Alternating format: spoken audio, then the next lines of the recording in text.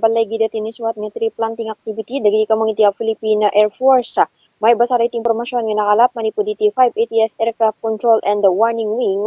Dagiti ka mga or dagiti scanners manipud iti 580th or 582nd Aircraft Control and Warning Group. Ket naiyas nga kada ti tree planting activity dagitoy no sa dinukat itinasong aktibidad ket in the one the Municipal Disaster Risk Reduction and Management Council. Gusto din na tiket na iswat dati nasong aktibidad dito Barangay Dilan, Sukon, Ilocos Norte. Nakipasat taga dito nga activity when dati nga ganwat dagiti ka mangiti Bureau of Fire Protection kaya nagiti na dumaduma nga barangay officials iti pelang nasa ang lugar. Dagito ay ket balegi nga na iya mula dagiti ganay tarlugasot nga saplings. Ito winareti na dumaduma nga klase iti kayo kas kuma iti 50 nga umbrella saplings, 50 nga salaysay saplings, 50 nga aroho saplings, 50 nga mahogany saplings, 50 nga fire tree saplings ken kasama tayo na 50 nga bitaog saplings.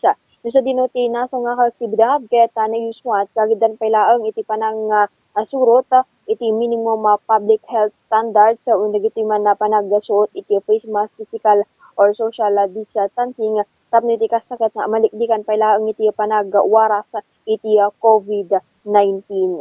Bombo M. Jortisa reporting para sa Pambansang Radyo ng Pilipinas ken consistent number 1 iti La Union, Basta Radio. Bombo!